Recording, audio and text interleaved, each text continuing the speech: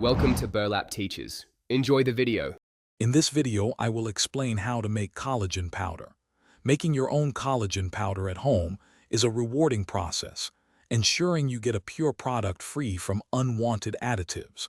We'll cover everything from selecting the best raw materials to the final drying and storage.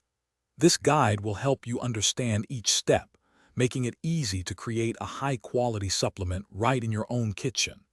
Let's get started on this journey to better health. First, let's talk about sourcing your ingredients.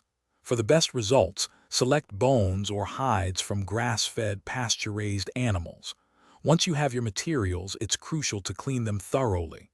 Rinse them under cold water, then blanch them in boiling water for about 10 minutes to remove impurities. After blanching, drain and rinse again. If pieces are too large, cut them down to fit comfortably in your stock pot. Now for the cooking process. Place your prepared bones or hides into a large stock pot. Cover them completely with filtered water, ensuring everything is submerged. Add about 2 tablespoons of apple cider vinegar. This helps extract the collagen. Bring the mixture to a boil, then immediately reduce the heat to a gentle simmer. Let it cook for 12 to 24 hours, skimming any foam that rises to the surface. The longer it simmers, the more collagen you'll extract.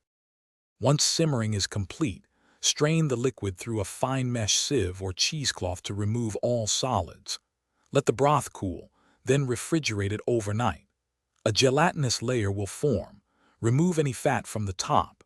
Spread the gelatin onto parchment paper and dehydrate it in a dehydrator or oven at a low temperature until completely dry and brittle. Finally, grind the dried gelatin into a fine powder using a blender or food processor. Store your homemade collagen powder in an airtight container. Thanks for watching. Consider subscribing if this video helped you.